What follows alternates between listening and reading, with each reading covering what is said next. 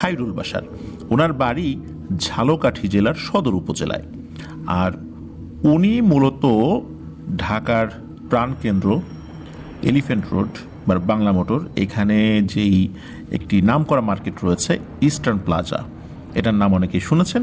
এই ইস্টার্ন প্লাজার কিন্তু দুটো অংশ রয়েছে। একটি অংশে অফিসিয়াল কার্যক্রম পরিচালিত হয়, বিভিন্ন অফিসগুলো সেখানে রয়েছে। আরেকটি অংশে মার্কেট বা দোকান রয়েছে আর কি। তো যেই অংশে অফিসিয়াল কার্যক্রম পরিচালিত হয়, যেগুলো বিভিন্ন অফিস ভাড়া নিয়েছে, তো সেখানে কিন্তু অনেক লয়াররাও তাদের চেম্বার খুলেছেন। মূলত এই খায়রুল বাশার ভাই একজন লয়ার, উনি আয়কর সংক্রান্ত কাজগুলো করে থাকেন। যেহেতু আমি নিজে সরকারি কর্মকর্তা, সরকারি নিয়ম অনুযায়ী আমাকেও আয়কর জমা দিতে হয়, আয়কর রিটার্ন দাখিল করতে হয়। তো এই কারণে মূলত খায়রুল বাশার ভাইয়ের কাছে আমি গিয়েছিলাম একটা রেফারেন্সে। তো আমি যখন আমার ডকুমেন্টসগুলো ওনার সামনে উপস্থাপন করি বিভিন্ন কথা প্রসঙ্গে, যখন উনি জানতে পারলেন যে আমার একটি ইউটিউব চ্যানেল রয়েছে এবং আমি ভয়ের ঘটনাগুলো সংগ্রহ করি এবং উপস্থাপন করি, তখন উনি ওনার কাজ শেষ করে আমার সাথে একটি ঘটনা শেয়ার করলেন। একটি না, আরও অনেকগুলো ঘটনাই উনি শুরু করেছিলেন, তবে আমি একটি ঘটনা পুরোপুরি ওনার কাছ থেকে শুনতে পেরেছি এবং ওনার অনুমতি সাপেক্ষেই আমি এই ঘটনাটি আপনাদের সামনে উপস্থাপন করব। আর পরবর্তীতে ওনার আরও ঘটনাগুলো বিভিন্ন সময়ে যেগুলো ঘটেছিল, যেগুলো ওনার মনে আছে, সেগুলো আমাকে দেবেন বলে উনি বলেছেন। তো চলুন সেই ঘটনাটি এখন আপনাদের সামনে উপস্থাপন করি। ঘটনাটির সময়কাল ছিল 1980 থেকে 82 সালের ভেতরে, আর স্থান ঝালকাঠি সদর উপজেলাতেই। নির্দিষ্ট করে গ্রামের নামটি উনি বললেও সঙ্গত কারণে গ্রামের নামটি বলতে পারছি না, উনি সেটা বলতে নিষেধ করেছেন। তো ওই গ্রামেরই একটা হিন্দু পরিবার, মূলত ওই জায়গাটাতে বেশ অনেক হিন্দু পরিবারের বসবাস ছিল। তো অনেক পুরনো একটা হিন্দু পরিবার, বংশ পরম্পরায় ওনারা ওখানে বসবাস করছেন আর কি। তো তাদের প্রত্যেক ভিটাতেই বা প্রত্যেক জমিতেই একটি বিশাল আকৃতির কোরই গাছ ছিল, অনেক বড় কোরই গাছ। আর এই কোরই গাছটি নিয়ে তাদের নিজেদের মধ্যে অনেক কথা প্রচলিত থাকলেও ওনার দাদা, তার বাবা, তার দাদা, ওনারা কখনো এই কোরই গাছটি বিক্রি করেননি। এটার বয়স যে কত হয়েছিল এটা ওনারা নিজেরাও ভালো করে বলতে পারতেন না। তো একবার কি হয় যে, যেহেতু জমি জমা ভাগ করতে হবে, সন্তানাদি হয়েছে, এখন এত বড় কোরই গাছ যদি থাকে তাহলে তো জমি ভাগ করে সেখানে মানে ঘরবাড়ি নির্মাণ করাটাও বেশ কঠিন একটি ব্যাপার হয়ে দাঁড়ায়। এই কারণেই মূলত ওই গাছটি কাটার সিদ্ধান্ত নেওয়া হয়। তো কাটার সিদ্ধান্ত নেয়ার পর যিনি বিক্রেতা, মানে যিনি এই গাছের মালিক, উনি স্বপ্নে দেখেন যে কোনো একটা অবয়ব এসে বলছে যে এই গাছে তো আমরা বহুদিন ধরে থাকি, তোর বাবা, তোর দাদা, তার বাবা, তার দাদা, এরাও কখনো কাটে নাই, তুই এই গাছটি কাটিস না। তখন উনি আবার স্বপ্নের ভিতর বলছে যে আসলে আমি তো নিরুপায়, এখন আমার সন্তানাদি হয়েছে, ওদেরও তো ঘর বাড়ি করতে হবে, এই জমি ছাড়া তো আমার কোনো জমি জমা নাই, এত বড় কোরই গাছ, এই কোরই গাছটা বিশাল জায়গা নিয়ে, এখন এই কোরই গাছের নিচে তো ঘর বাড়ি করা যায় না, যদি অনেক সময় যেই মানে ঝড়ে যদি ডালপালা ভেঙে পড়ে তখন কি হবে, তখন তো আরও ক্ষতিগ্রস্ত হবে, ওরা প্রাণহানি হবে। তা আমি তো নিরুপায় হয়ে গেছি, আমার তো কাটতেই হবে। এরপরেও ওই অভাবটি বলে, না তোরা কাটিস না, তুই অন্য কোনো জায়গা কেন, পরেরটা আমরা দেখব। তো এরপরে ওই অবয়বটা ঘুমের মধ্যেই, মানে স্বপ্নের মধ্যেই চলে যায়। কিন্তু উনি এই ব্যাপারটা আসলে অতটা অস্বাভাবিকভাবে নেন নাই, কারণ ওইখানে যে ভয়ের ঘটনা কখনো ঘটতো বা মারাত্মকভাবে কোনো ভয়ের ঘটনা ঘটেছে এমনটা কিন্তু ওনাদের কাছে কখনো ওইভাবে মনে হয়নি, যার ফলশ্রুতিতে বিষয়টা উনি ওইভাবে গুরুত্ব দেন নাই। আর যখন উনি বিক্রয় করার জন্য আলোচনা শুরু করেন, তখন ওই উপজেলারই আর একজন ব্যক্তি, উনিও হিন্দু ভদ্রলোক, উনি গাছ কেনাবেচা করেন আর কি। কোনো গাছ কেনেন, সেটা কাটেন, সমিলে নিয়ে যান, কাঠ আবার বিক্রি করেন, এটাই ছিল ওনার প্রফেশন এবং এই কাজ করে উনি যথেষ্ট ধনীও হয়েছিলেন। তো উনি এই কোরই গাছটা অনেক আগেই দেখেছিলেন। তো যখন শুনলেন যে এই গাছটা বিক্রি করা হবে, তখন উনি মূলত এই গাছটি কিনে নেন। আর খায়রুল বাশার ভাই আমাকে বলেছিল যে ওই 80-82 সালের সময়ই এই গাছটা 1 লক্ষ টাকায় বিক্রি করেছিল এই গাছটির মালিক। চিন্তা করতে পারেন ৮০-৮২ সালে ১,০০,০০০ টাকায় যে গাছ বিক্রি করা হয় সেটা কত বড় গাছ ছিল, কি পরিমাণ মোটা ছিল, তার ডালপালাগুলো কত বড় ছিল। তো এভাবেই গাছটি বিক্রি হয়ে যায়। এখন গাছ যিনি কিনেছেন উনিও রাতের বেলা স্বপ্ন দেখেন যে কেউ বলছে যে এই গাছে আমরা থাকি, তুই গাছটি কাটিস না, তুই অন্য গাছ কেন। তো উনি আবার এই সমস্ত বিষয়ে পাত্তা দিতেন না, কারণ উনি তো আসলে গাছেরই ব্যবসায়ী, কাঠের ব্যবসায়ী। উনি এইগুলা নিয়ে তো মাথা ঘামানোর সময় ওনার নাই। তো উনি এটা দেখেছেন, ওইটা মাথা থেকে ঝেড়ে ফেলেছেন, ওই একবারই দেখেছেন। তো উনি কি করেছেন, ওনার যেই রেগুলার যারা শ্রমিক ছিল তাদেরকে নিয়ে গাছ কাটতে গেছেন। এত বড় গাছগুলো সাধারণত কি করে, ওই একদম উপর থেকে কাটতে হয়, ডালপালাগুলো কেটে দড়ি দিয়ে আস্তে আস্তে আস্তে আস্তে বেঁধে বেঁধে একটা নির্দিষ্ট প্রক্রিয়ায় নামাতে হয়। আর ওই গাছটা কাটার জন্য মানে বেশ অনেক মানুষেরই প্রয়োজন ছিল। তো উনি প্রথমে গাছ কাটতে গিয়েছেন। গাছ কাটতে যাওয়ার পর ওই উপরের দিকে যখন শ্রমিকরা উঠেছেন, ওঠার পর কোনো কিছু একটা দেখে ভয় পেয়েছে ওনারা। দ্রুত নেমে এসে বলছে যে গাছ আমরা কাটতে পারবো না, উপরে ভয় আছে, কি যেন একটা দেখলাম। তখন উনি যিনি মানে কিনেছেন আর কি গাছটা, তো উনি বলছেন আরে ও কিছু না, ওট উপরে। তো ওরা আর ওঠে না। এদিকে মুখে মুখে অন্যান্য শ্রমিকদের কাছে তারা বলে ফেলছেন যে এরকম ঘটনা, উপরে উঠলে ভয় লাগে। আর যারা উঠেছিলেন তারা কিন্তু একদম উপরে উঠে ডাল কাটতে খুবই সিদ্ধহস্ত। তো ওনারা যেহেতু এই বিষয়গুলো বলেছেন, অন্য শ্রমিকরাও বলছে যে গাছ আর কাটবো না আমরা এটা। এখন এই যিনি কিনেছেন উনি কি করবেন, উনি তো ইতোমধ্যে সব টাকা দিয়ে ফেলেছেন গাছের মালিককে। আর এরপরে উনি নতুন করে কিছু শ্রমিক আনার পরিকল্পনা করলেন এবং পরের দিন আনলেনও। তো শ্রমিকরা যখন এসেছে, পরের দিনও তারা যখন ওই গাছে উঠে গাছ কাটবে, তখন তারাও কোনো একটা কিছু দেখে অভাব দেখে ভয় পেয়েছে দিনের বেলাতেই। তারাও বলেছে গাছ কাটতে পারবো না। এখন কি করণীয়? তৃতীয় দিন এসে এই যে যিনি বিক্রেতা উনি সত্যি গাছটা কেটে ফেলেছেন। কারণ হলো ওই দিন উনি 2 থেকে 250 লোক নিয়ে এসেছেন। নিয়ে এসে উনি এক এক গ্রুপকে এক এক ডালে উঠিয়ে দিয়েছেন এবং একসাথে বিভিন্ন সাইট কাটা শুরু করেছেন। এবং সত্যি সত্যি গাছটি কাটা হয়ে যায়। ওই দিনই উনি গাছ শুধু কেটেছেন বিষয়টা এরকম না, গাছের গুড়ি সহ উপড়ে ফেলেছেন। একদিনেই উনি এই কাজটা করতে সক্ষম হয়েছেন, এতগুলো লোক লাগিয়েছেন আর কি। আর এতক্ষণ পর্যন্ত বিষয় যেগুলো হয়েছে তা এই ধরনের ভয়ের ঘটনার ক্ষেত্রে অনেক স্বাভাবিকই বলতে হবে যে গাছ কাটার আগে স্বপ্নে কেউ দেখে, এটা তো আমরা বিভিন্ন সময় শুনেছি। এইবার যে বিষয়টা বলবো এটা খুবই ব্যতিক্রম একটি ব্যাপার। গাছের গুড়ি যখন উপড়ে ফেলা হয় তখন দেখা যায় যে ওখানে ধবধবে সাদা 2টি ধুতি পড়ে আছে, আর 2টো স্বর্ণের পাত্র, একটা পাত্রের মধ্যে সিঁদুর আর একটা পাত্রের মধ্যে আলতা বা এই টাইপের কোনো জিনিস রাখা। অথচ এই জিনিসগুলো একদম গাছের গুড়ির নিচে মাটির ভেতরে ছিল। গাছের গুড়ি উপড়ে ফেলার পর এই জিনিসটা দেখা গিয়েছে। তো এটা দেখার পর কি হয়েছে, কেউ তো ভয় আর নামে না, সবাই দূরে সরে চলে গিয়েছে। তো যখন দূরে সরে চলে গিয়েছে, 2জন শ্রমিক এরা কি করেছে, এরা সাহস করে ওই জিনিসটা ধরার জন্য নেমেছে। কারণ অন্যরা তো ভয় পেয়েছে, কারণ আগের 2 দিনে তো বিভিন্ন ঘটনা ঘটেছে, তারা তো জানতো। এখন ওই 2জন নেমে ওই জিনিসটা ধরার চেষ্টা করেছে, আর ধরার চেষ্টা করার সাথে সাথে ওনারা অজ্ঞান হয়ে যায়। আর যিনি গাছ কিনেছেন উনি কাছাকাছি ছিল, উনি আবার কি করেছে, ওই গর্তের মধ্যে নেমেছে। নামার পর উনি ওই ধুতি এবং ওই 2টা স্বর্ণের পাত্র, সিঁদুর এবং ওই আলতা সদৃশ এই জিনিসটা ছিল, এই জিনিসটা নিয়ে নেন। এরপর উনি ওইটা নিয়ে বাড়িতে চলে যান। এরপর ওই যে কাঠগুলো ছিল এগুলো সমিলে পাঠাই দেওয়া হয়। উনি যখন ওই বিষয়টা শুরুতেই বুঝতে পেরেছেন যে এই গাছে কোনো সমস্যা রয়েছে, এরপর উনি কেটেছেন।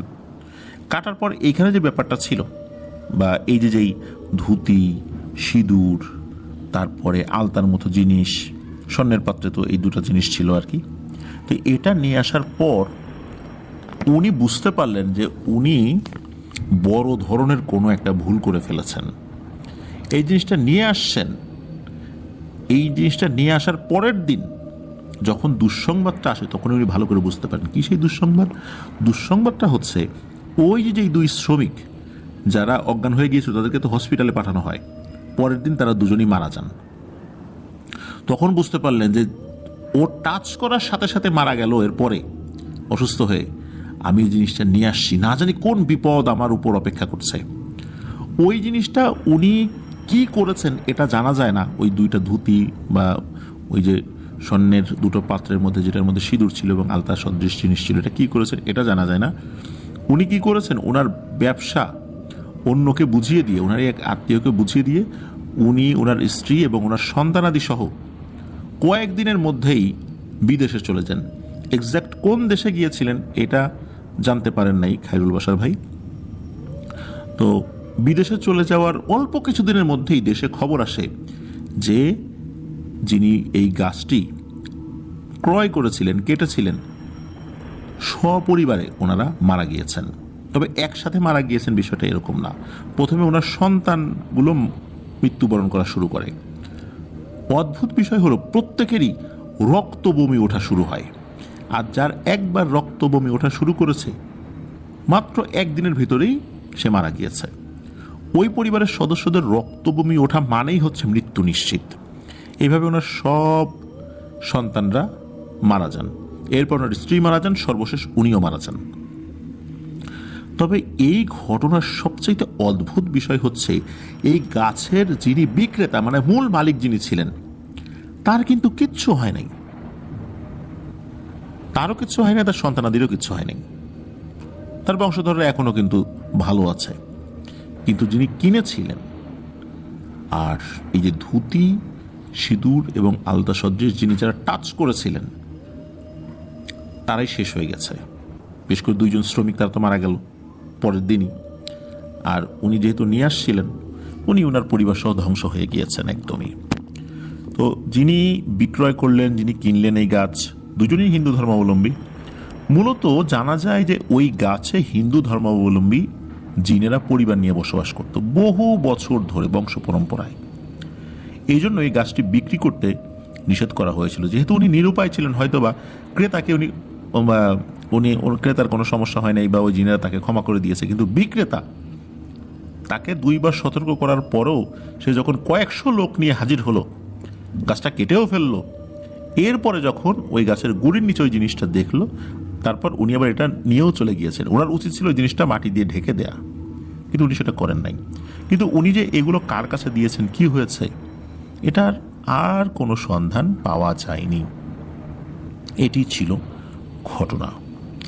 প্রিয় লিসেনার্স, এরকম ঘটনা কিন্তু অনেক শুনতে পাওয়া যায়। তবে এই ঘটনার মধ্যে যে ছোট ছোট কয়েকটি ব্যাপার ছিল এটা কিন্তু আমার কাছে একদম নতুন লেগেছে, যেটা আমি আগে কখনো শুনি নাই। ধন্যবাদ জানাচ্ছি অ্যাডভোকেট খায়রুল বাশার ভাইকে। আশা করছি ওনার কাছ থেকে আরও ঘটনা ইনশাল্লাহ পাবো এবং সেগুলো ইনশাল্লাহ আপনাদের সামনে পর্যায়ক্রমে উপস্থাপন করব। আর ওনার কাছ থেকে ঘটনাগুলো আমার নিজেকে সংগ্রহ করতে হবে, যেহেতু ওনার সাথে সরাসরি আমার দেখা সাক্ষাৎ হয়। এই জন্য ইনশাল্লাহ ওনার কাছ থেকে আমি চেষ্টা করব অন্য ঘটনাগুলো যেন সংগ্রহ করে আপনাদের সামনে উপস্থাপন করতে পারি। প্রিয় লিসেনার, চলুন চলে যাব আমাদের এবারের হরর নাইট এপিসোডের আজকের আয়োজনের দ্বিতীয় এবং শেষ ঘটনায়।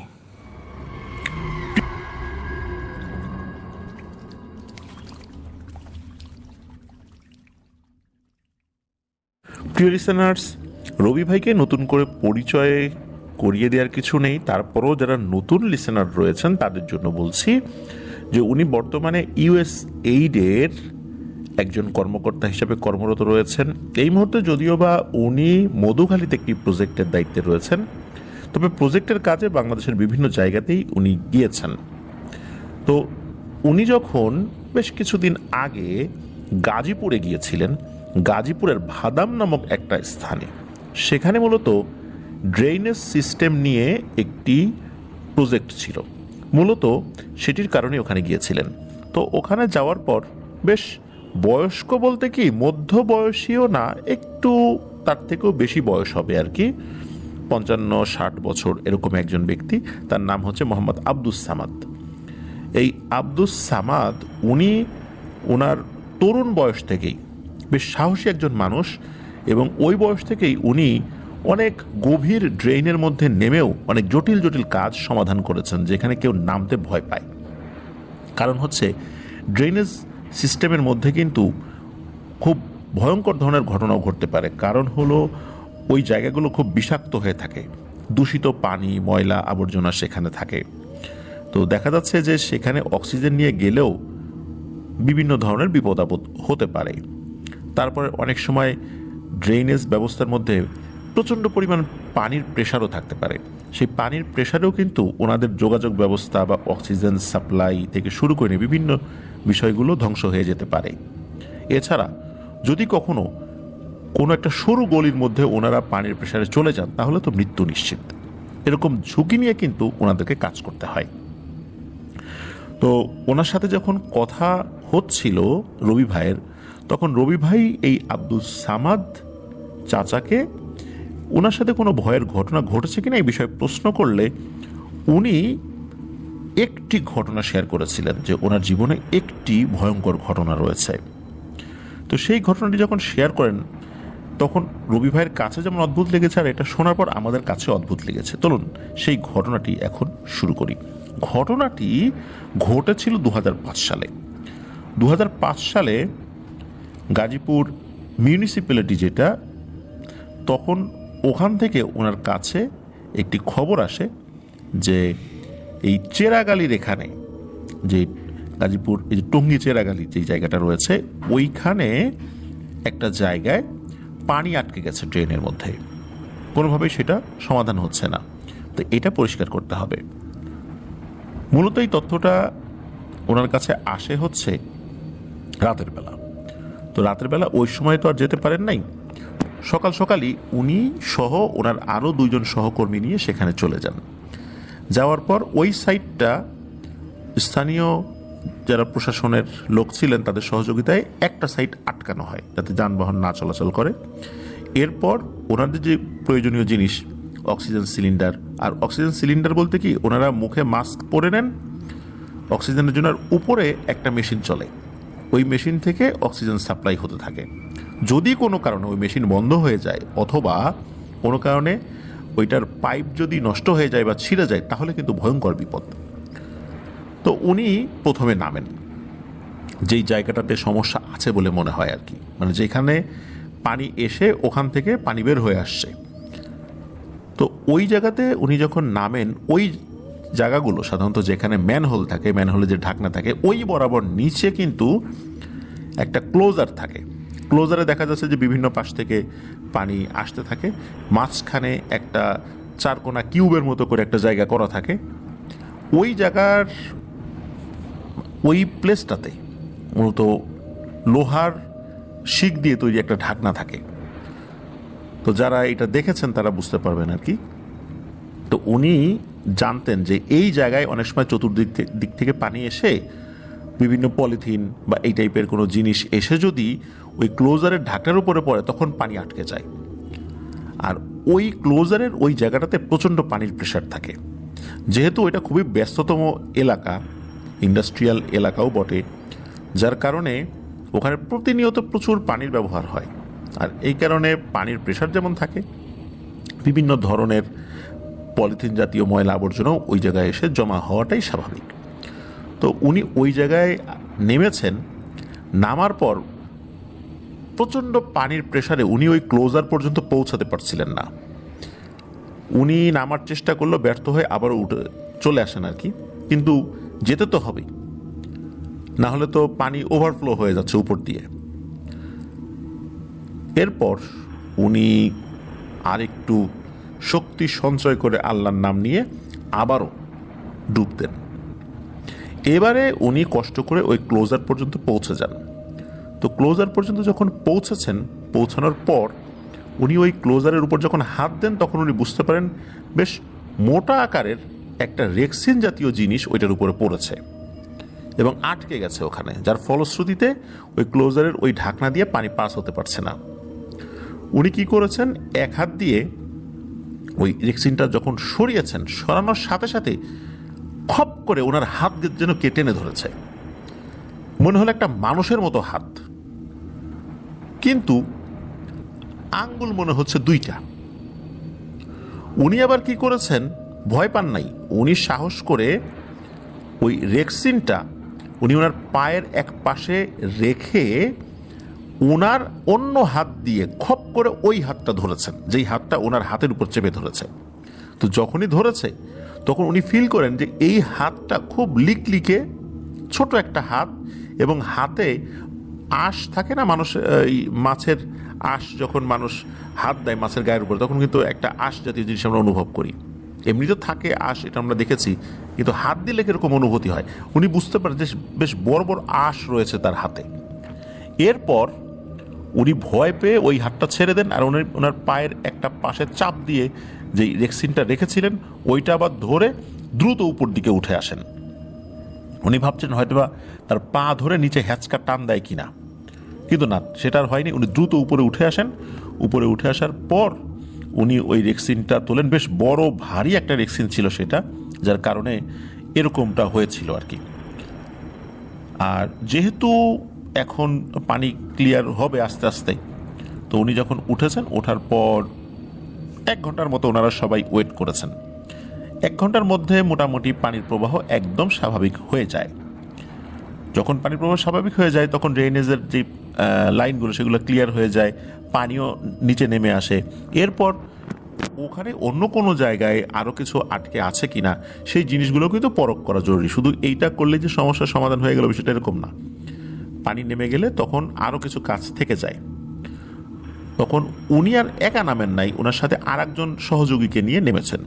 তো দুইজন দুই দিকে যান, একজন চলে যান ওই দিক দিয়ে নেমে গাজীপুর চৌরাস্তার দিকে যেই ড্রেনটা চলে গেছে ওই ট্রেনগুলো কিন্তু অনেক বড় বড় ট্রেন, আর আরেকজনকে বলেন যে ওই চেরাগালির মোড় যেদিকে ওই দিকটাতে যে ড্রেনটা চলে গেছে ওই দিকে যেতে।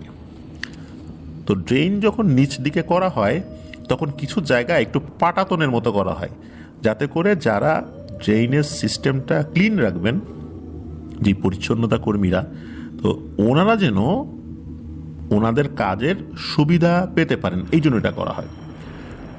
তো উনি মূলত একটা পাটাতনের উপর ওঠেন, ইতোমধ্যে পানি আরও কমে গেছে। এরপর উনি হাতে একটা টর্চ লাইট নিয়ে আগাতে থাকেন সামনের দিকে। অক্সিজেন কিন্তু রয়েছে সবার কাছেই, কারণ নিচে তো অনেক গ্যাস, ওখানে তো এই উপরের অক্সিজেন বা বাতাসগুলো ওইভাবে কাজ করে না। তো নিচেও তো অন্ধকার, ঘুটঘুটে অন্ধকার। তো উনি যাচ্ছেন টর্চ লাইট মারতে মারতে, হঠাৎ করে একটা জায়গায় খটাং করে একটা আওয়াজ হলো মনে হলো। তো উনি সাথে সাথে যেদিক থেকে আওয়াজ আসছে ওই দিকে টর্চ লাইট মারেন, আর সাথে সাথে দেখতে পান এক ভয়ঙ্কর দৃশ্য। উনি দেখতে পান যে একটা ছোট অবয়ব, একটা বাচ্চার মতো অবয়ব আর কি, কালো কুচকুচে, মাথাটা দেখা যাচ্ছে কিন্তু এটার চোখ, মুখ, কান, নাক কিচ্ছু বোঝা যাচ্ছে না। মনে হচ্ছে একটা বাতাবি লেবু যেরকম হয় ওই রকম একটা বলের মতো বা বাতাবি লেবুর মতো, যেখানে কোনো চোখ, মুখ, নাক কিচ্ছু নেই, কিন্তু হাত রয়েছে, হাতের আঙ্গুল দুইটা। তখন উনি আরও একটা বিষয় দেখতে পান যে যখনই উনি টর্চ লাইট মেরেছেন, মারার সাথে সাথে ওই অবয়বটা মনে হলো যে কি একটা খাচ্ছিল ছিঁড়ে ছিঁড়ে, সাথে সাথে একটা দৌড় দিল, এবং দৌড়টা এমন ছিল টিকটিকি কিভাবে দৌড় দেয় ওইভাবে, 4 হাত পায়ে ভর করে ড্রেনেজের আর একটা লাইন ছিল তার মধ্যে ঢুকে গেল। উনি আবার তাড়াতাড়ি করে এগিয়ে গিয়ে ওই লাইনটার মধ্যে টর্চ মেরেছেন। ওই লাইনটা কিন্তু সোজা অনেকটা পথ গিয়েছে। তো যতক্ষণ ওনার টর্চ লাইট ধরা ছিল উনি দেখতে পাচ্ছিলেন যে ওই অবয়বটা টিকটিকির মতো দৌড়ে দৌড়ে চলে যাচ্ছে। যতক্ষণ টর্চের আলো ছিল বা যতদূর দেখা যায় উনি ওইটা পুরোটাই দেখেছিলেন। এরপর উনি দেখার চেষ্টা করলেন যে আসলে জিনিসটা কি খাচ্ছিল। তো উনি দেখলেন যে ওখানে কাকের মতো কিছু একটা পড়ে আছে, কাক বা এই টাইপের কোনো একটা পাখির মৃতদেহ পড়ে আছে, ওটা ছেঁড়া, তো ওটাই ওই জিনিসটা খাচ্ছিল। তো এটা দেখে তো উনি বেশ ভয় পান এবং উনি চিৎকার দিয়ে ওনার সহকর্মীকে ডাক দেন। আর যেহেতু ওই লাইনটা তো সোজা, হালকা শব্দ অনেক দূর পর্যন্ত শোনা যায়। তো ওনার সহকর্মী উনি দ্রুত তার দিকে এগিয়ে আসার চেষ্টা করছিলেন, তবে ওনার সহকর্মীর ওই সাইডটাতে বেশ কোথাও হাঁটু পর্যন্ত পানি, কোথাও কোমর পর্যন্ত পানি, এরকম ছিল। তো ওনার আসতে একটু সময় লাগে। তো এরপর ওনাকে সাথে নিয়ে উপর দিকে চলে আসেন, আর কোনো সমস্যা ছিল না। উনি যখন ওনার ড্রেসটা খোলেন, যে ড্রেস পরে নেমেছিলেন, এরপর দেখা যায় ওনার এক হাতে, বিশেষ করে ডান হাতে 2 আঙ্গুলের ছাপ রয়েছে এবং গভীরভাবে সেই ছাপটা বসে গেছে। ওই যে উনি যখন ওই ক্লোজারের ওখানে ঢাকনাটা ধরতে গিয়েছিলেন, তখন যখন ওনার হাতটা চেপে ধরেছিল, তো ওই ছাপটাই মূলত। তো উনি ওনার সহকর্মীকে এই বিষয়ে খুব একটা কিছু বলেন নাই। তার অবশ্য জিজ্ঞেস করেছিল হাতের ওখানে কি হয়েছে, উনি বলেন না কিছু নাই, তো চাপটা লাগছে আর কি। তো উনি এই বিষয়টা এইভাবেই এড়িয়ে যান। তো এরপর উনি এক হুজুরের সাথে দেখা করেন, গাজীপুরের এক হুজুরের সাথে, ওই দিনই আর কি, সন্ধ্যার পরে। তো হুজুরের কাছে যখন বিষয়টা বলেন, তখন হুজুর বলেন যে জিনদের মধ্যে অসংখ্য শ্রেণী রয়েছে। এর মধ্যে এক শ্রেণীর জিন রয়েছে যারা সবসময় দৃশ্যমানই থাকে, ওরা অদৃশ্য হয় না। আর এই শ্রেণীর জিনেরা সবসময় অন্ধকারে থাকে, ওরা মানুষের সামনে আসতে চায় না। মানুষের সামনে আসলে ওরা পালিয়ে যায়। তবে ওরা মানুষকে পোজেস করতে পারে না, মানুষের উপর আসর করতে পারে না, এমনকি ওদেরকে হাজিরও করা যায় না, কারণ ওরা তো মানুষের উপর আসর করে নাই, হাজির করবে কিভাবে। আর এরা খুবই নিম্ন শ্রেণীর জিন, এদের শরীরের শক্তিও কম, এরা মানুষকে শুধু সামনে পেলে আক্রমণ করতে পারে, এছাড়া অন্য কোনোভাবে আক্রমণ করতে পারে না। তো আপনি ওরকমই একটা জিনের খপ্পরে পড়েছিলেন। আল্লাহর রহমতে আপনি ভালো আছেন, সুস্থ আছেন, এটাই বেশি। তো এরপরে উনি এই আব্দুস সামাদ চাচাকে কিছু দোয়া শিখিয়ে দেন যে এরপর থেকে আপনি যখন এই ধরনের কাজে যাবেন, তখন এই দোয়াগুলো পড়ে নামবেন, ইনশাল্লাহ আপনার কোনো কিছু হবে না, বা এই টাইপের জিনিসগুলো আপনার আশেপাশে আসতে পারবে না। তো আব্দুস সামাদ চাচা এখনও সেই আমলগুলো করে যাচ্ছেন। তো আব্দুস সামাদ চাচা যেই প্রফেশনটাতে রয়েছেন, আমরা কিন্তু অনেকেই এই প্রফেশনে যুক্ত মানুষগুলোকে খুব একটা পছন্দ করি না, কিন্তু আমরা কি একবারও চিন্তা করেছি এই কাজটি কতটুকু ঝুঁকিপূর্ণ, আর এই কাজে গিয়ে যে কোনো সময় তাদের মৃত্যু হতে পারে। আর এই মানুষগুলো আছেন বলেই আমাদের শহর, আমাদের আশপাশ থাকে পরিষ্কার পরিচ্ছন্ন। আমরা যদিও বা তাদেরকে পরিচ্ছন্নতা কর্মী বলি, কিন্তু তাদের আসলে বলা উচিত পরিবেশ কর্মী, যদিও বা তারাও তাদের তরফ থেকে দাবি করছেন তাদেরকে পরিবেশ কর্মী হিসেবে স্বীকৃতি দেওয়ার জন্য। আমরাও মনে করি যে তাদেরকে আসলে পরিচ্ছন্নতা কর্মী না বলে পরিবেশ কর্মী বলা উচিত, কারণ তাদের মাধ্যম দিয়েই কিন্তু এই শহর, আমাদের আশপাশ রয়েছে পরিষ্কার পরিচ্ছন্ন। প্রিয় লিসেনার্স, আমাদের পাঠ্যপুস্তক থেকে কিন্তু অনেক কবিতাই হারিয়ে গেছে, যে কবিতাগুলো আমাদেরকে নীতি নৈতিকতা শিক্ষা দিত।